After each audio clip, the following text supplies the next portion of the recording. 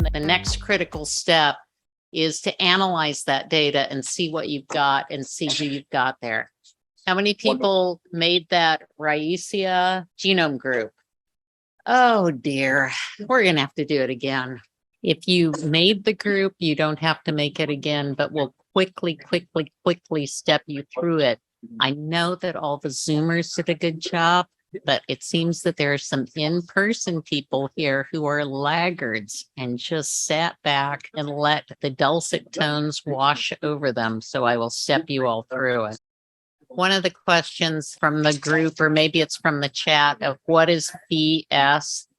It's a gene called phenylalanine RNA synthetase, and it was selected by the annotation group as a gene that everybody's got to have, and it's almost always single copy. So we use that as a measure for that's good completeness, or just good too.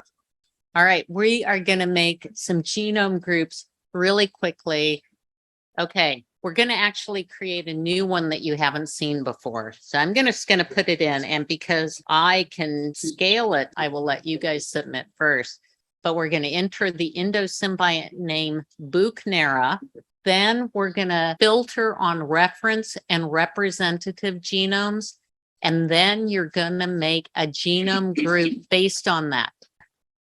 I don't know that we've shown this before, but you can get into all the genomes here or up here. There are a lot of Buchnera genomes within the database. And then I would click on filters.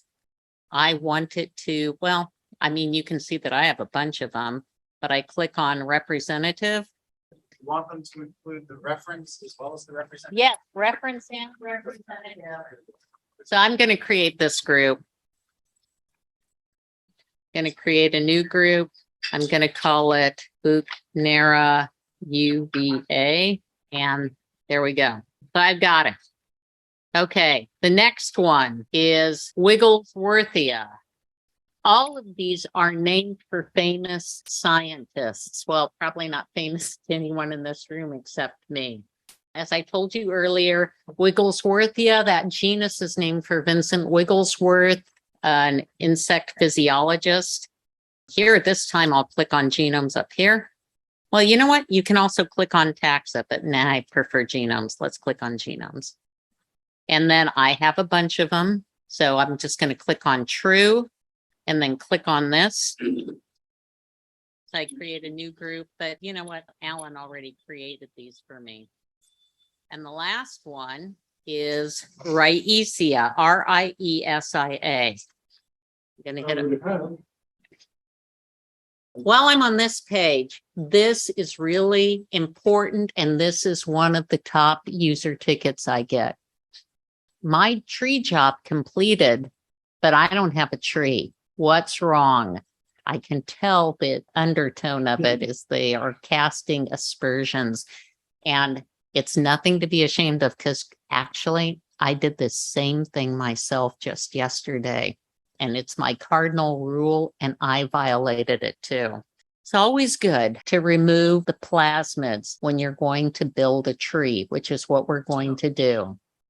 So I would click on this and this, and then all the genomes, the complete and WGS, and then all the genomes I see will not be plasmid genomes. Plasmid genomes are small, so they have few genes, and often the genes on them are unique.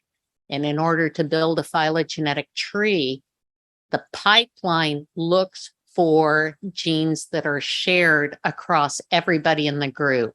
And so the pipeline will run and it'll say, oh, I couldn't find anybody. And so the job will look like it's completed. You click on it and it will say no tree, and then you get upset. And almost 100% of the time, it's because there was a plasmid in there. All right, so we have our three groups. Let's build some trees. So let's go up into Tools and Services, and then click on Phylogenetic Tree. We used to have two different pipelines. Now we have one. It's called Codon Trees.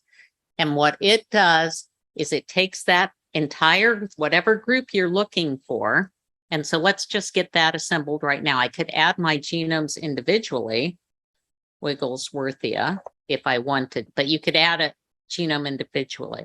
Here's my genome group. I can add that for Buchnera. Here's my genome group, Ricea. There it is. Add that one. And then add that. Buchnera is named for Paul Buchner. He was a German physiologist who was the first person who hypothesized endosymbionts in these insect groups. And Ricea was Paul Ricea, and I don't think he cared very much about lice, but he has a louse endosymbiont named after him. So from this group of diverse things, what the pipeline is going to do, it's going to try to grab all the protein families that each of these genomes have. And the qualification is the protein families that it will use will be the protein families, and they're the PG fams versus the PL fams. PG fam means cross genus, PL fam means within a genus. So it's looking at the PG fams that each of these 20 genomes has one protein, and they all have to be there, and they all have to have a single one. So that's what's going to make the pipeline run. Let's scroll down a little bit. We know our output file, and we have to name it Endosymbiont Workshop. And I'm going to tell it I want to do 100 genes on this because I'm feeling confident. And what it'll do is it's going to grab those protein families, grab the genes out of it, and it's going to generate the tree based on the nucleotide sequence of each of those genes from each of those genomes and the amino acid sequence for the protein. So both of them. So it's not as extremely detailed as a SNP tree, but it is really close to that. And then once you're playing with things at the beginning, let's not do this, but we have max allowed deletions and max allowed duplications. Let's say you have something you're working on. It's really not that good of quality. Maybe it's got a lot of repeated genes and stuff, and you can see that it won't meet that criteria. Might be missing a lot. It might have a lot of extra stuff. And I'll show you how to do that in the next one. You can increase these. This will allow genome families that are missing some of them, and this one will allow ones that have them. So let's go ahead and submit that. And then it's giving us the message that we're off and running. And then it's been successfully submitted. Now, sometimes the tree jobs take a long time. And in fact, I have a class on Coursera, a free class called Bacterial Bioinformatics that steps through all of this.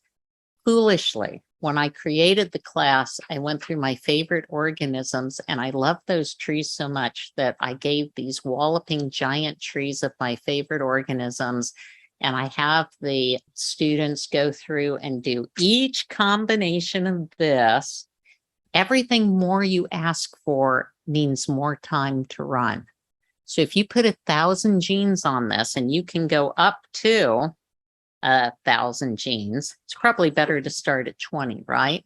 20 is a good number to give you a sense of it. If you put 1,000 genes on it and then you start adding this stuff in, that's going to make it slower. And in fact, it might make it so slow that the job fails because we set a limit of memory and time for these jobs to run. And if you make it too big, it might go down. It might come crashing down on you. But don't despair. When that happens, you go here, and I'll just filter on my failed jobs. Why did my tree job fail? And so we'll look at it and we'll realize that it ran out of time. So we'll restart it for you and we'll allocate more memory. But still, that being said, don't be greedy. Choose just what you need. You don't have to choose the most that you can get. Okay, so we've submitted our tree job. Let's see what that looks like. We're excited, right? We did the 100 genes. What's it doing now? It's running.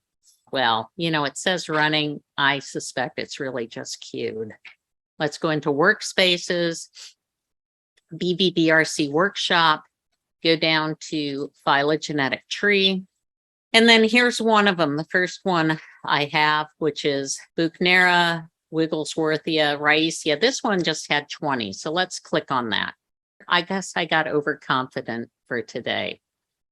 So I click on that, and as always, a lot of files come down with this. And in the tutorials, I step you through every single file that comes down with it. So I won't go into the detail here. And I'm a biologist, right? So a lot of these things, I think, I don't want to see those things. And you click, well, actually, all of these I want to see. But if I click on detail files here, oh no, there's even more of them. So there's lots of stuff here. Yuck. But first, what I want to show you is this report we do. We give you some versions of the tree in an SVG, PNG, or PDF format. But first, let's determine if this tree is any good. And this is the one we want to download. So let's click on the HTML and then click on the view. And then, oh, look, here are all the Buchnera. They're all nestled together with the Wigglesworthia here, and then here all the Raicea. And in this particular tree, this one is from a metagenomic sample. How many people know what a bootstrap is? What a bootstrap does is it goes through the tree, and it seems if I run this 100 times, how many times am I going to see this particular branch occurring when I rerun it all of these times? So when it's 100, that means 100% of the time. So you feel really great, right? And if it says 10, then you don't feel so great and you know you need further support. So I look at this tree, and at the beginning, I think, well, that's really great. That looks like a great tree. Maybe I'll go with that.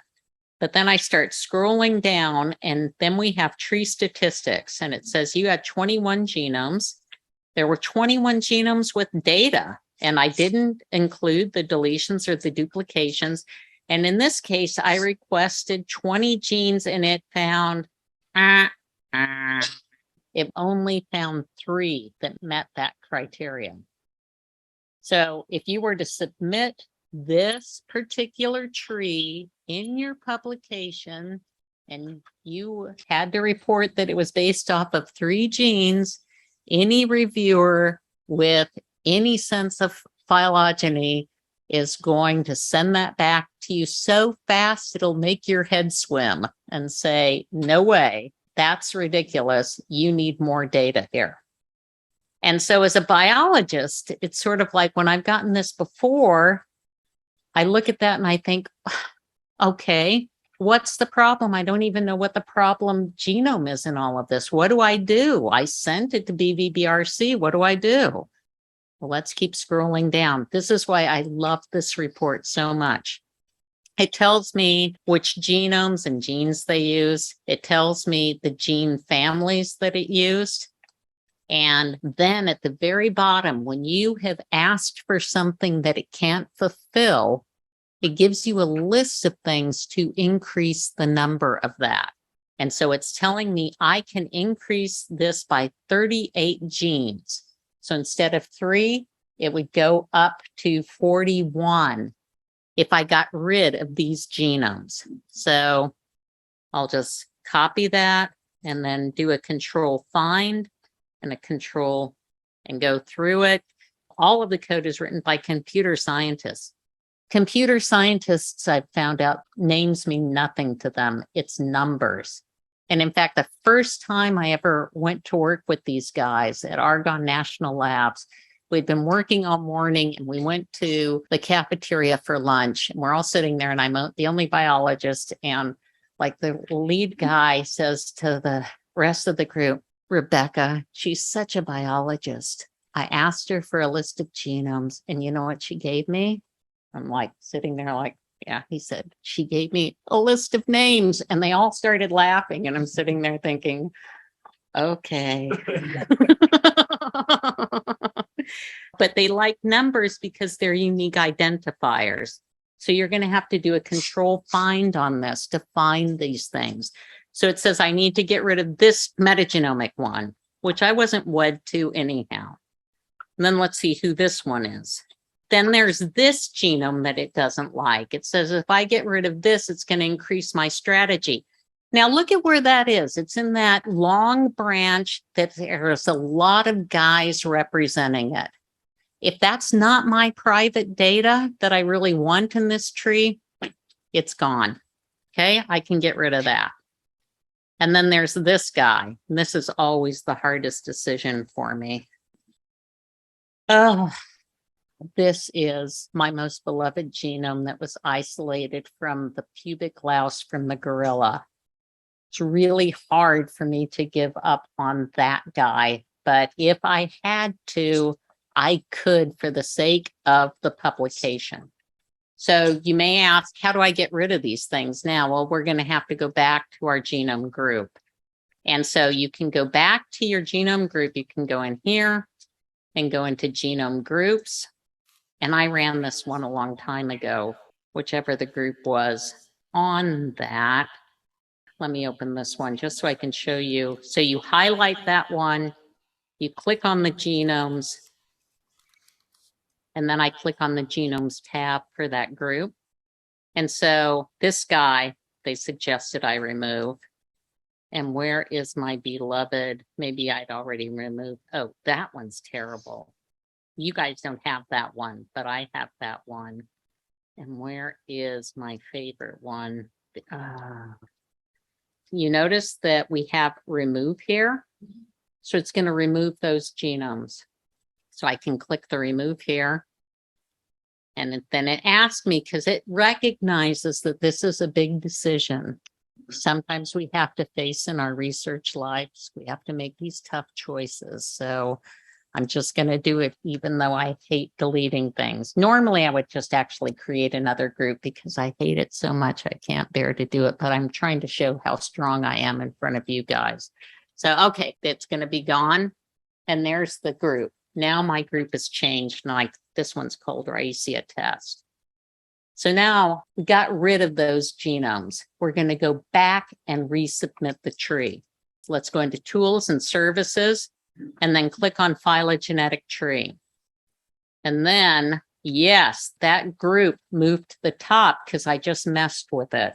So it's the most recent thing I manipulated. So it's going to be at the top and add that. And then I have my beloved Buchnera and add that. And then Wigglesworthia and add that. Our same output folder, Endosymbiont test 2. And let's see, I'll put 50 this time, although I know the example in the workspace has 100, but I'm just trying to show you that you can do different stuff. Now, if you were really wed to those genomes and you didn't want to do that, you could use these things to try to get there. So let's hit that submit. And that job is on its way. And I would try to do a Julia Child imitation, but I wouldn't be very good at it. So I won't do it. Let's go back because we've got that job there. Click on the BV-BRC workshop. We go down to phylogenetic tree because we want to look at, did it work? Did it get better? And so I called it this thing pruned Ricea. So let's click on that. And first I'm going to click on the report here so we can view that. And now we see, well, there are all the Buchnera again, and there's a lot of good support there. The Wigglesworthia are together. This is a good bootstrap support value because every single time it repeated this tree, it separated the Wigglesworthia from the Buchnera. We midpoint root the trees. I'm going to show you different ways that you can do this in a minute. We midpoint root the trees for this view and for other views, but we have other ways that you can manipulate the data. And then you can see we've got the Ricea here. And actually, this is a pretty beautiful example if one is into the endosymbionts of lice, because you can see here that the endosymbionts from the human body louse, they're all clustering together. The next closest relatives, separated by this 100% bootstrap value, are the endosymbionts from the lice collected from chimpanzees. And then one step further with 100% are the endosymbionts collected from the gorilla lice. So like that mirrors what we know about even human evolution, right? Our closest relatives are the chimpanzees, and then the next ones are the gorillas. So all of life is evolving all together. So not only are we doing things, our lice are moving along with us, and the endosymbionts are moving along with them. So how beautiful is that? I know you all think gross lice, but oh well, she's whacked out. But it is nice, and you'll admit it later tonight. Here's the number of genomes with data. This time we asked for 100, and it found in this one 37. Remember, I refused in this tree, although I showed you how brave I was when I removed it from that test set, the other gorilla example. On this one, I didn't do it, so that's why we only got 38. Now, it's got some other data that's really important or can be really important for you. And for the Zoomer who earlier on was asking the question about similar genome finder and what's better, similar genome finder or a phylogenetic tree, you can see here that this is much better than what we were seeing in similar genome finder, where it was even, showing you couldn't really determine based on the k-mers who was more closely related to your genome when it was the Ricea one. Here, it's very clear how it's all structured.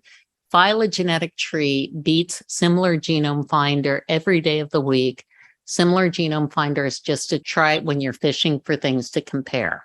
All right. The phylogenetic tree won't find your genomes for you. No, it won't find your genomes for you. I mean, we can't do everything. You have to take some responsibility.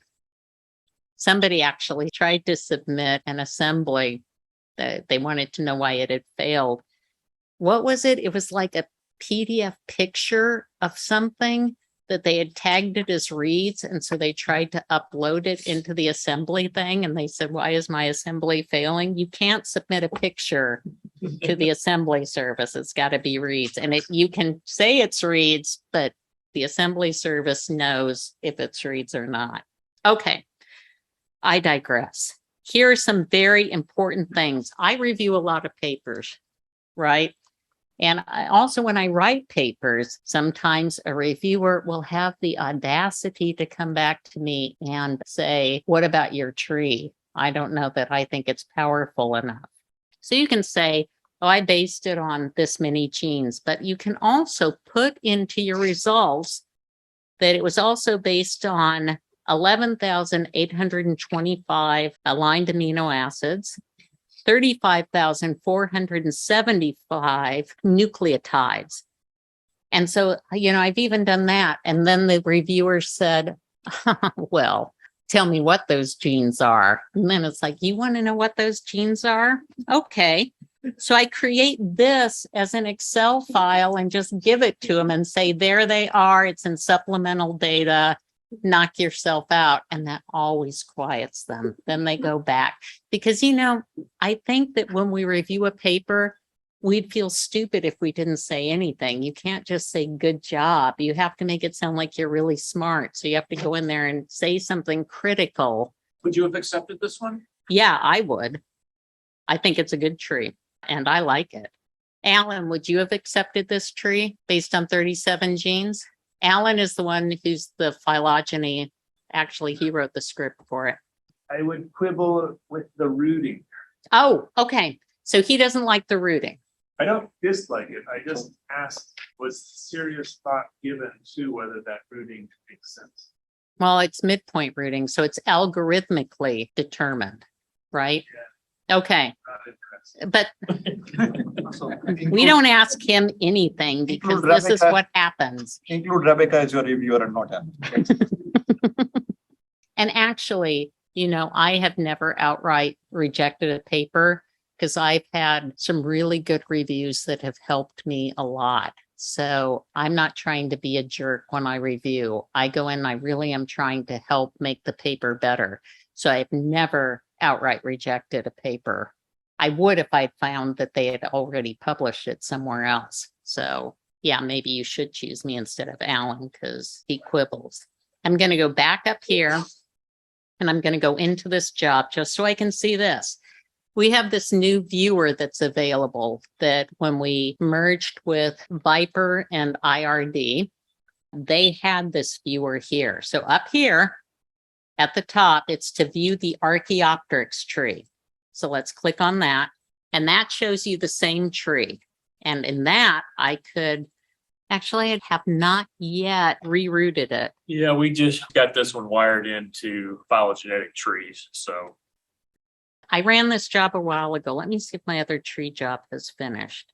This one is finished. So I'm hoping that this will give me the, okay. Because I ran the tree a while ago. When I ran it, this wasn't available, but now this is. Unfortunately, these are these endosymbionts, so there aren't a lot of fun things that one can add here, but you can add some data. And so I can say, what year was it collected? And there isn't a lot of rich data for this, but watch what happens. Under collection year, it's adding these colors. Oh, and up here, it's got the years that it was collected. So it's giving you a key. So you can add in all this different information. Like I can say, what species is it, and color the tree based on the species, or based on, well, the host will be boring here. Few people online are getting an error with launching Archaeopteryx. Come on to hit the reload on the web browser. A few people online are getting an error when they try to view Archaeopteryx. So hit reload. Sometimes it's a little bit tricky up here at the top and it will appear. Now, when you have things that have a lot of rich metadata, the trees, this can be a very powerful way to view your tree and present it for publication. So I can download as an SVG, a PhyloXML, or a Newick file. And so often what I do is I'll download the tree, and in the next thing I'm going to show you, I'll align it with all the protein families of interest on a heat map view. So you can make this really sweet kind of analysis to be able to see your data. This is a powerful tool. It's one of the things that most of your publications, when you're doing genome analysis, that you're going to have. So this is a good tool to have. Now, one other thing is, let me just go back here. I want to go back into tools and services, phylogenetic tree here. This is the tutorial on it. For those of you online, close your eyes, and then practically you guys in the room too. So you can see I describe every single download available ad nauseum, showing you all this stuff. But what I really want to get to is the bottom. The one thing I want you to say is I created my tree in BV-BRC and reference us, but I give you all the information here for you to reference for the tree, because a reviewer will ask that. You generally can't just say, I did it in BV-BRC. They're going to say, well, so who cares? What tree building algorithm did you use? It's all here. So you would just need to take this part about up to here and take that and cut and paste it into your Word document. And you'll need to, wordsmith it a little bit, especially for the materials and methods, because, it says that the tree was generated using RaxML. All people know about that do tree stuff. So we aren't just, using our own stuff. We're using published stuff. And these are the references, and it's all there for you on your path to publication, to citing us and moving forward. And when you're accepting your Nobel Prize, I expect you to stand up there and say, thank you. And thank BV-BRC, because I wouldn't be here without them. All right. Okay.